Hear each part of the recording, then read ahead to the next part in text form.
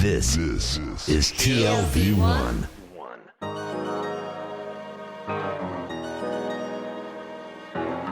The Tel Aviv Review.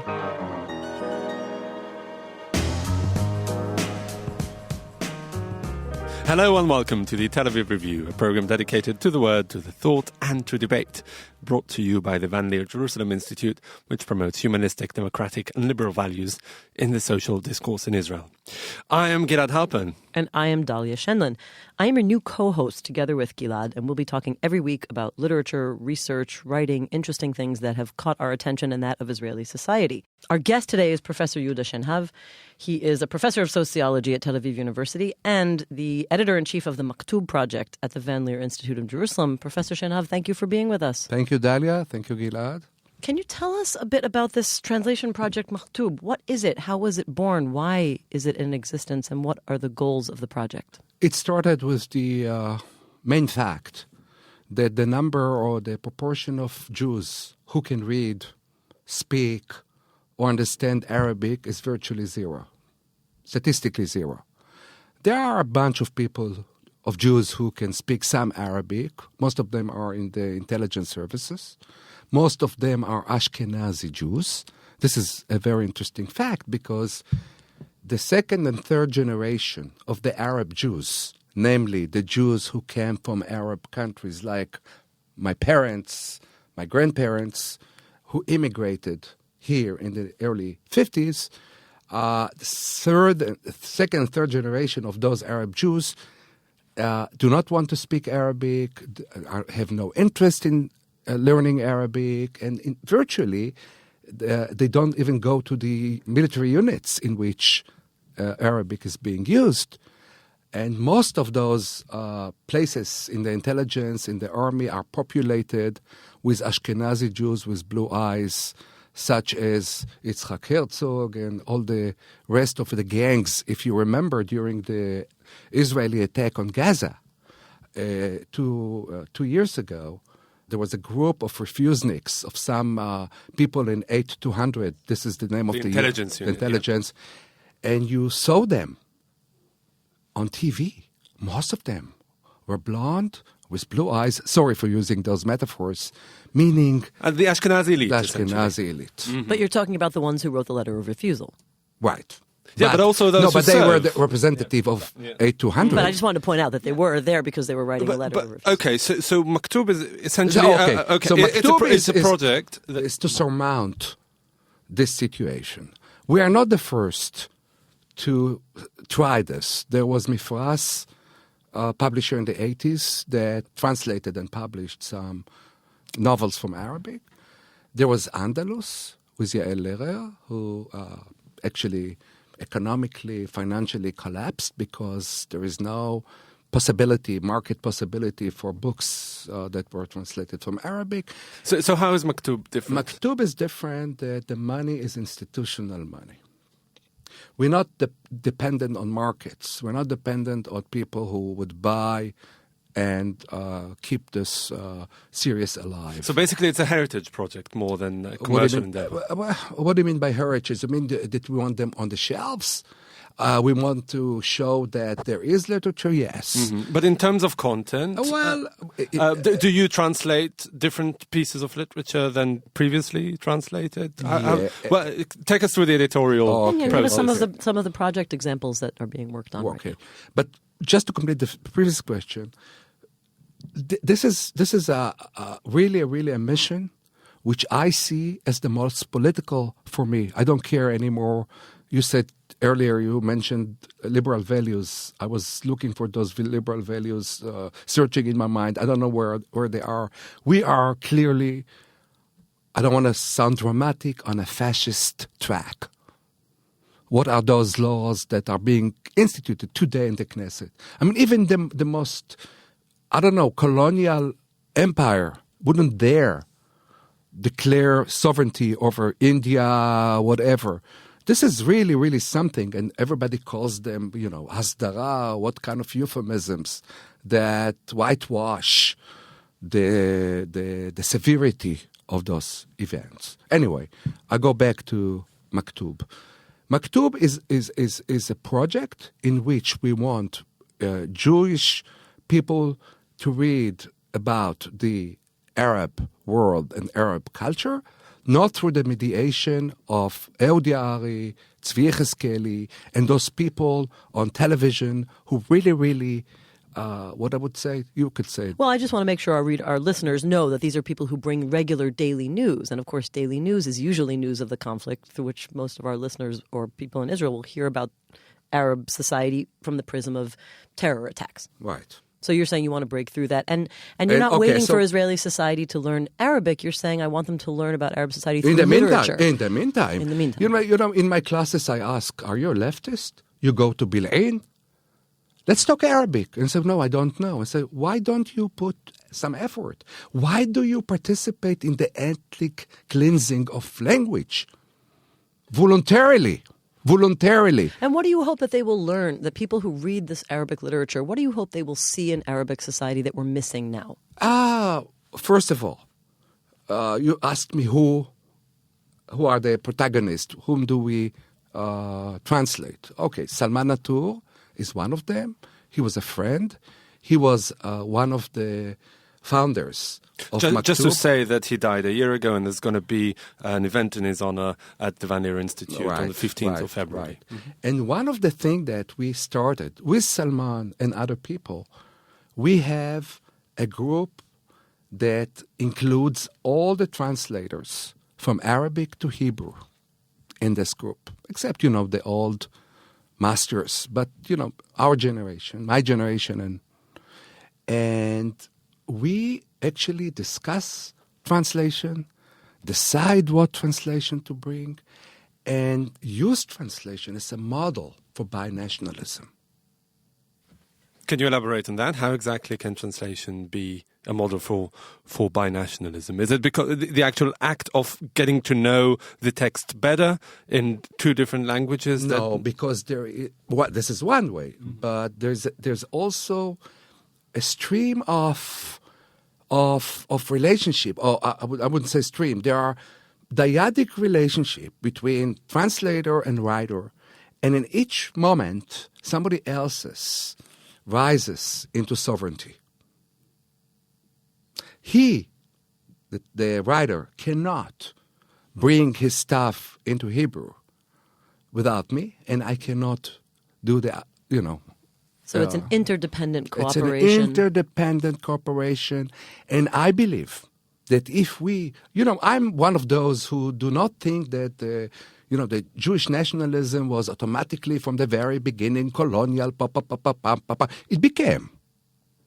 There were other ways to land on this territory. Not as, I think it's not secret anymore that we Jews expelled 800,000 people in 48 from here. And we expelled. They didn't run away. I say it with pain. There were massacres, not only in Deir Yassin, but in many, many, many Arab villages. And this is hidden. And this is not being told in schools. So would you say that Maktoob is a certain way to rectify that, or to ask for forgiveness, or to engage with this dark history? Or is it about creating a new future? We are trying to be apolitical in that sense.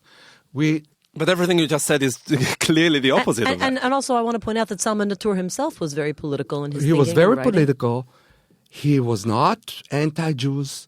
If you read his stuff, he's very soft in the way he speaks. But he would ask the very, very crucial question.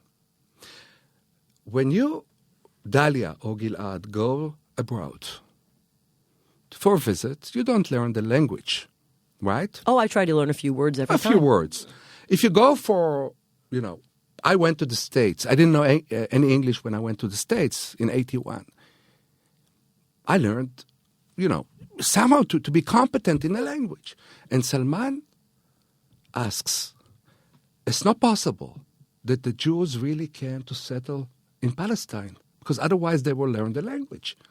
There are 200 million people around who speak Arabic. It's not possible. It's not possible to think about Jews as really serious. They came for a really, really short period, like the Crusaders. And the Crusaders were expelled after 80 years. It seems like all the indications show that the Jews are not interested in settling here forever. And this is really, really... So I think it's interesting what you're saying about Salman Natur's treatment of Jews. But let's talk about his treatment of Arabs. I mean, after all, he is a Palestinian poet. He preserves Palestinian memory and he revives it. I'm thinking of his character like Sheikh Abbas. Who was he for Palestinians? You've translated this into English, I want to point out, too, so people can read that as well. Yeah, a chunk of it. Salman Natur was Druze. He wasn't a Muslim or a Christian. And he grew up in Dalit el-Carmel. In Dalit el-Carmel, if you go around in the street, you see many high-ranking army officers. Israeli army officers. Israeli army officers. And in his family was furious with his attitudes. His kids tell me that when they were in schools, they would get letters about their father, who is Arafat, who is Fatah, who is a traitor, and all this kind of thing. Luckily enough, a year or half a year before he died, there was an event in Dalit el-Carmel that they erected for his, some kind of homage. And he was there, sitting there, and I was about to speak in Arabic. And his wife and daughters came to me, asked me to speak in Hebrew. Because of the village, because of the authority that Hebrew brings, and they asked me to say that he had a contribution to the Israeli societies because they were fearful that he is ruining the relationship of the Druze with the... So would you say that he was foreign to his own community just as much as you and your fellow Jews at Maktoob are to yours? Yes, of course, it's a foreign kind of thing. Sometimes, Israeli left has a fantasy that they want to learn Arabic. In fact, the fact is that I think right-wingers have better command proportionally than... leftists in Arabic. This is one of the paradoxes. Can I read you a yes, please. Just a little in the original? In the original. Yes. Basically, tell us where it's from too. Okay, Salman Natur had a novel, my first novel actually to translate. I have my own package around those is Arabic and all this, but this is not for today. If you want to invite me, I beg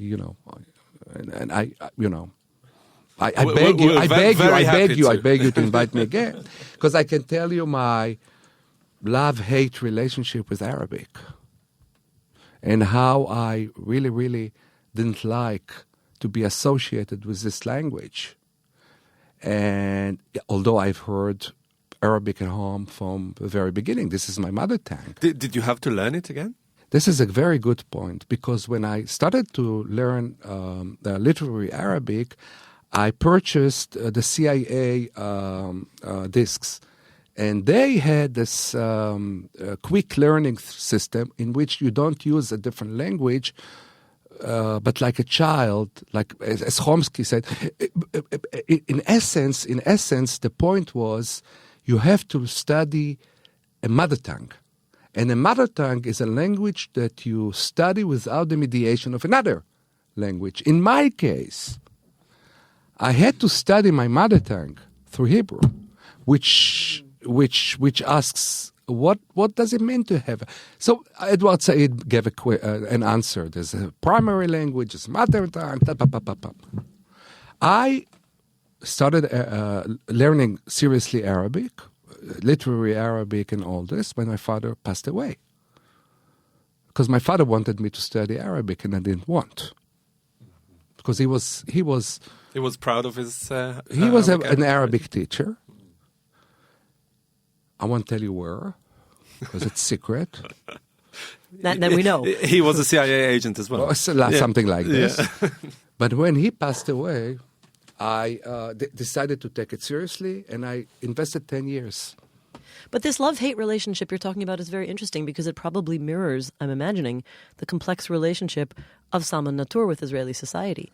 In other words, Israeli society made him into the exile internally that he was. Mm-hmm. Then he became a poet and became an exile in a way to his own community. And then, in a way, has to have the authority of the Israeli society when approve of him. Right. It's a very and then there's another level of exile, which is the foreignness of the artist in general, who always has to be somewhat outside, as an outsider, the cosmopolitan or whatever. Right. Okay, so let's hear the excerpt from Salman Natur's. Where is it from? This is actually, I wanted to say that Salman Natur gave me a gift 5 years ago. And he asked me to translate his novel. I never did it before. I had to have a lot of help, not in the Arabic, but in the Hebrew, because you have to be a writer in the target language. And he gave me a gift, because since then I have translated 10 novels and give me a lot of practice.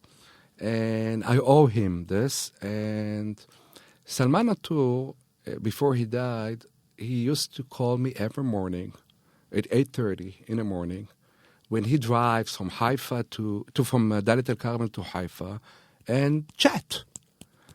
And I say to myself, I'm a busy man. I'm a Protestant, whatever, productive. Industrious. Getting up in the morning and chatting. In retrospect, sometimes I got angry. I said, die, I can't anymore. Today I miss those talks. And one of the reasons is I miss the man. And I miss Arabic because for 5 years, every morning, during this hour, he would speak with me only Arabic for my own sake, not for his. Because he was fluent in Hebrew as well. He was fluent in Hebrew, and he was fluent in writing Hebrew too. Anyway, so I translated his first. This is not the one that you mentioned, Dalia, on the Nakba. This is a novel that exists somewhere in a Palestinian village within Israel. Maybe Dalit el-Karmel, possibly another place, and he describes the morning. It's a very ostensibly not non-political, although it's an allegory, of course, a political allegory. It starts like this. صباح عادي جدا. العادي هناك أن تشرق الشمس من خلف الجبل الذي يحجب حيوتها على القرية لدقائق معدودة. وشيئا فشيئا يكسر هدير السيارات المبكرين إلى العمل سكينة الصباح ويطغى على زكزكة العصافير وسياح ديك باكية يتيما في حارة فقدت دجاجاتها عاما بعد عام وفقد هو الديك ندام سياحي ومرة يسيح فجرا ومرة بعد منتصف الليل وهيك. This was a beginning. We loved, Salman and myself, this is the opening paragraph from this novel, which is called He, Ana al-Kharif, She, Me, and the autumn, in the fall. And fall is the last period of life, kind of. I didn't know that, but Stav, I learned that from this novel. But anyway, so he starts with the description of the village. This is a very mundane day. Like every day, the sun rises above the mountains, and then it gets to the chicken.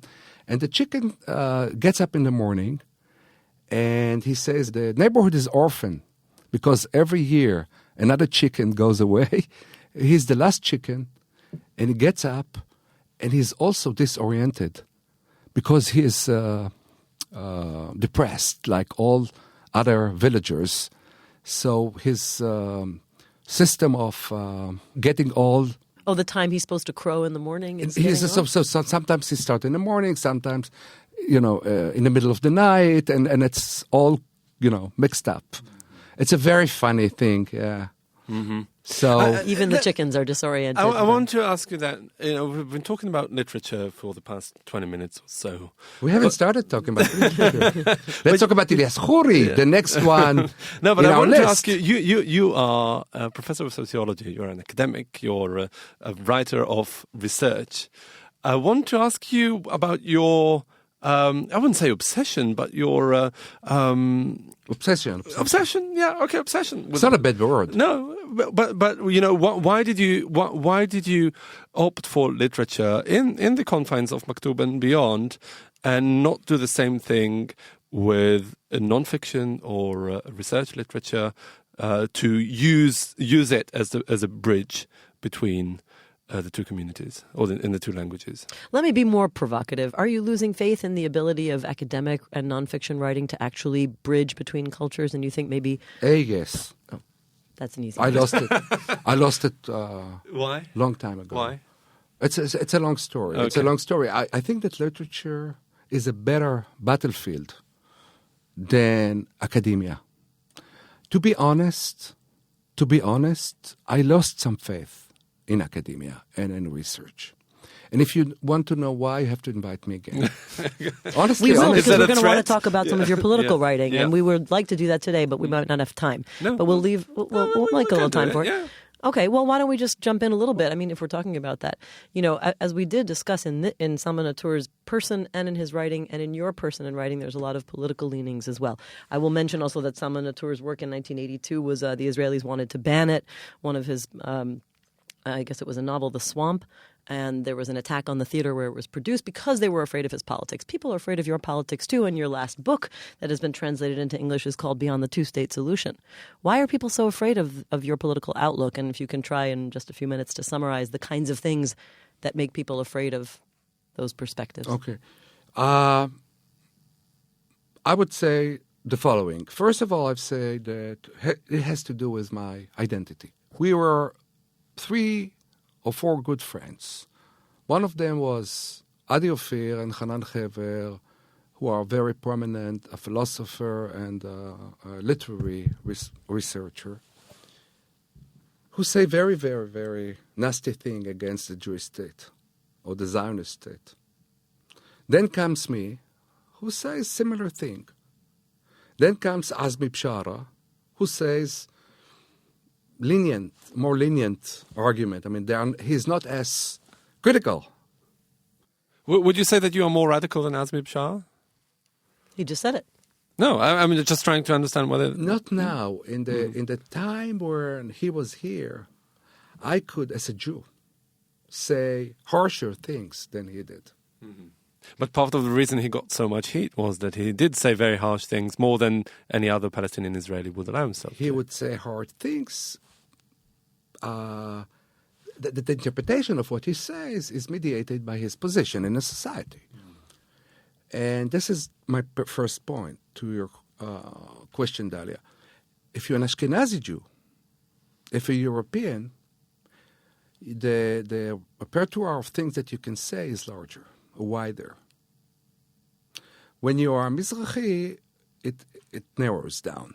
When you're an Arab, it's, it could go to hell.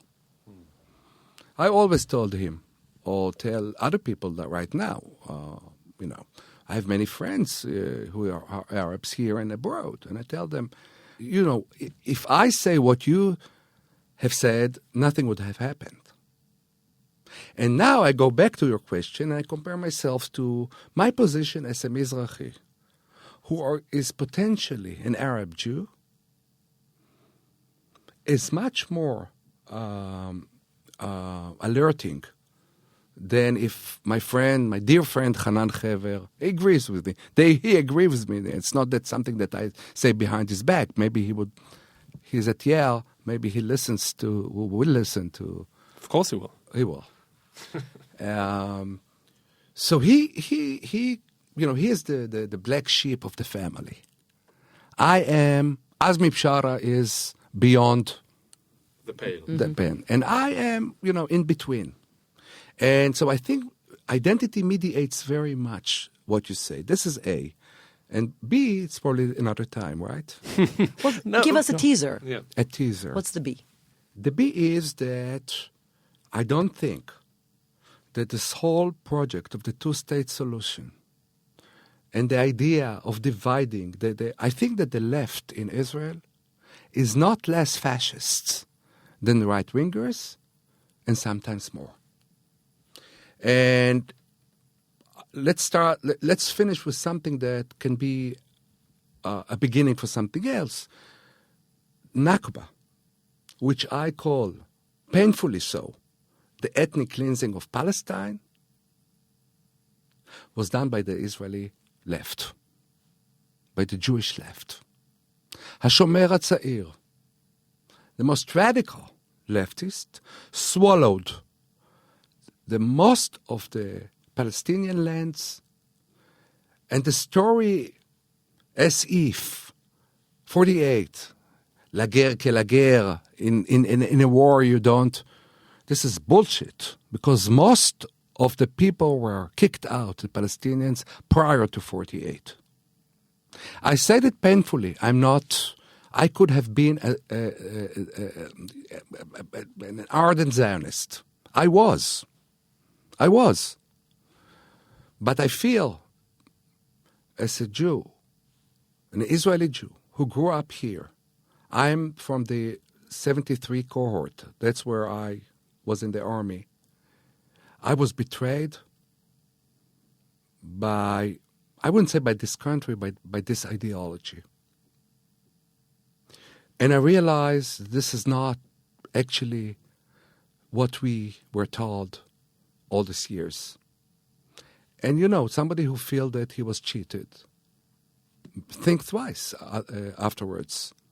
And where we were cheated and why we were cheated, we, the Tzabri, the Israeli Jews who were really, really, you know what I wanted to do in 1973? Really wanted to die.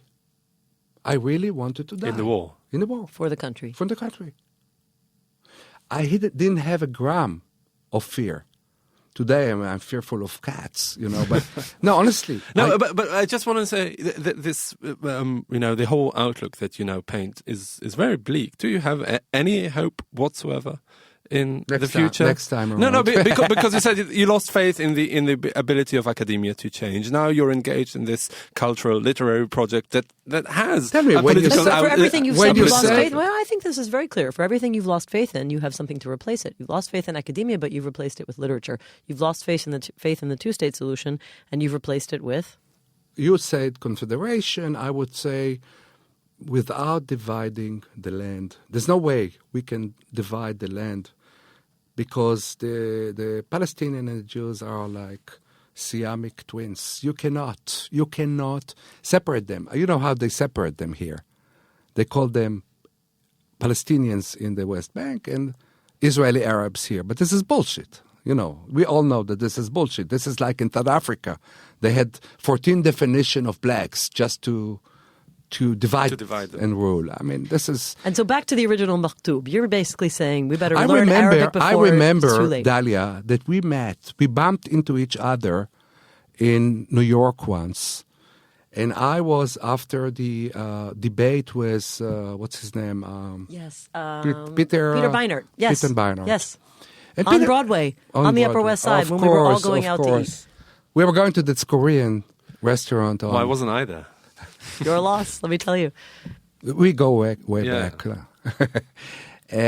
What did I want to say? Peter Beinart. If you put a gun to his head and ask him, so at the end, what do you want? A Jewish state. How can, Didn't you say the same however many years ago? Were you always Well, as he said radical? in 73. I said. No, but was it right? What was the change after 73? Was it like radical? Was it the polar opposite of what you had believed before? Or was it a gradual? I'm not an anti, I don't, there's a bunch of anti-Zionists in Europe. I never, it's... In the 1990s, did you believe in the two-state solution with being Yes, the peace of process? course. Okay, that's what I wanted. And I protested against the settlements, all this kind of thing. I didn't become a settlers lover. It's not the thing. But I believe today that you should not kick out people, expel people from their homes, even if it's a bad practice. It's a bad practice. And I think that we should be very careful with those kind of practices. And if for example, you asked in 1990, when was the Natur? 2005. The withdrawal from Gaza. 2005. If I had this...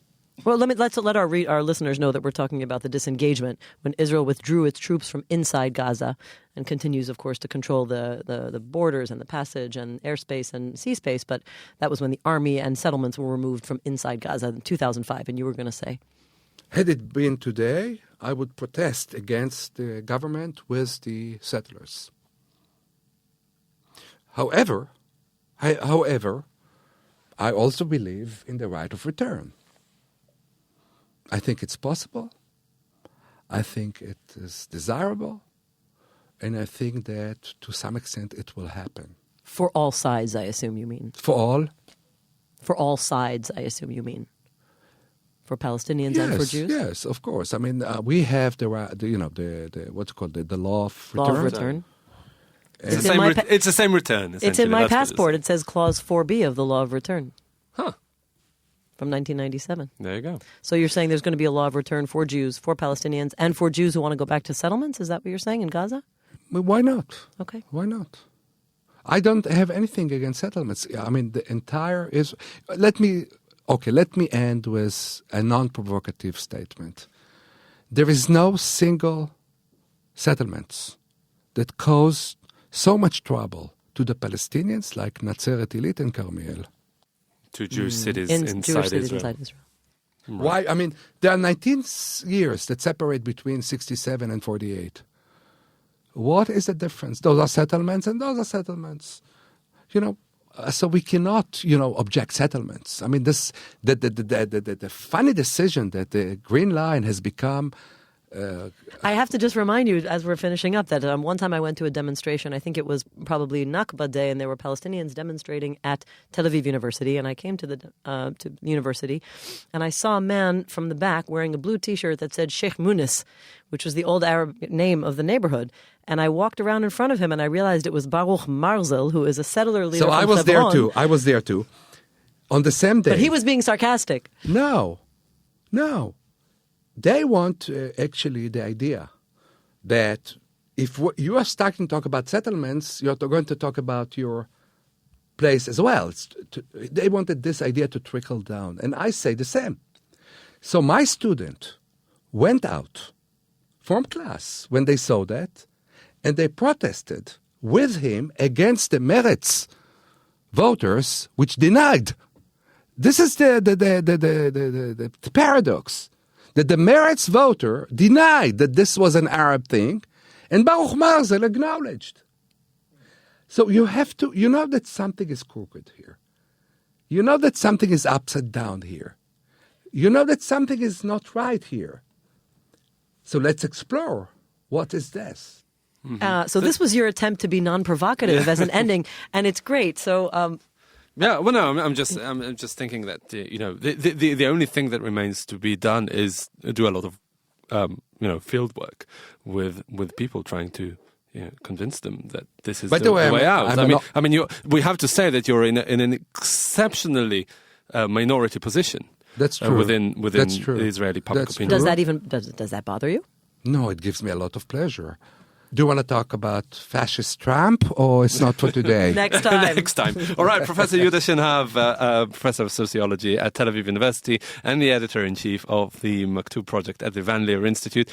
We covered many, many, many, many topics, some of them very interesting and provocative. All of them very interesting and provocative. Yeah, of course. So thank you very much for joining us today. And also big thanks to Tammy Goldenberg, our sound engineer, and to the Leer Institute for their generous support. Do join us again next week for another edition of the Tel Aviv Review, and until then, goodbye.